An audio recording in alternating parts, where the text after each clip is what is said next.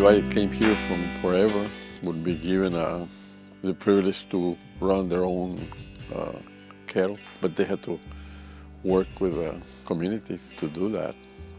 And they had the little church, they had the little school here. They had everything. Just everybody would come from as far away as 5-10 miles. Some would even stay with their family here, with our family, which was they were the settlers here. And a lot of this has been in the family since the Grant, the Spanish Grant. I'll probably go back to Gregorio Vela through my ancestry. And you're talking about maybe 4 or 5 generations.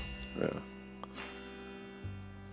It's just amazing what's here. It needs to be redone, remodeled, and put back to where people 100 years from now see what people used to do 100 years back or 200 years back. The only reason this is in the shape it's in is because it's being kept with a brush around it, so people cannot climb and get in here and tear into it. Otherwise, it would be in real bad shape, but I would say it's 90% from what it used to be when it was first built. And it don't take a whole lot to restore and fix what's here. I wouldn't want to change what's there. Let it look like it is right now. Even the color, I would even hate to change the color on it. Just repair whatever we have to. And anybody that has ideas or knows somebody and we can work with. I want to thank you guys and everybody, the museum and everybody for being so interested in what's still left of what we have.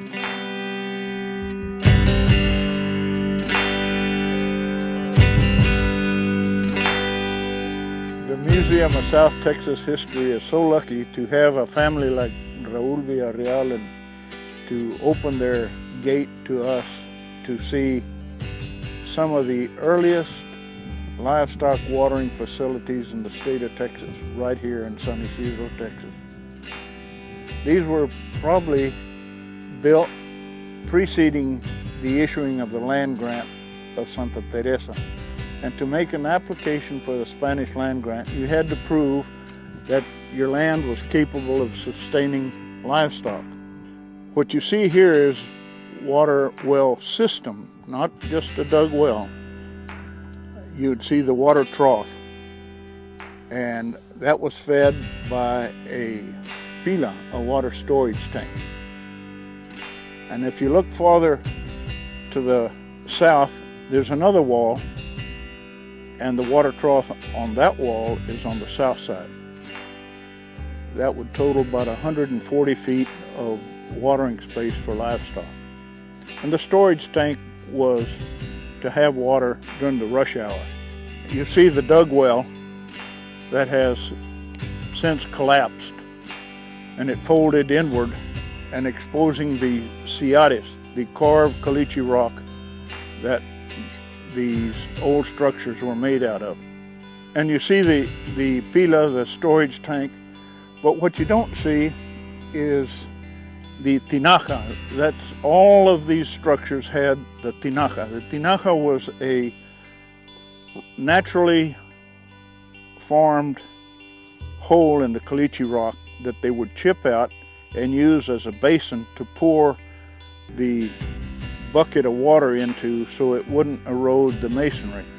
Looking down into the tinaja, which in turn would run the water down through a little aquifer that was covered, making it a tube into the water storage tank. At the distance, you'll see that the family has put barriers around so people wouldn't fall in the water well. It's an active water well. It's a dug well, a noria de cubo, and it was used to fill the water troughs as well. I'm Jim McAllen. Hope you enjoyed this story.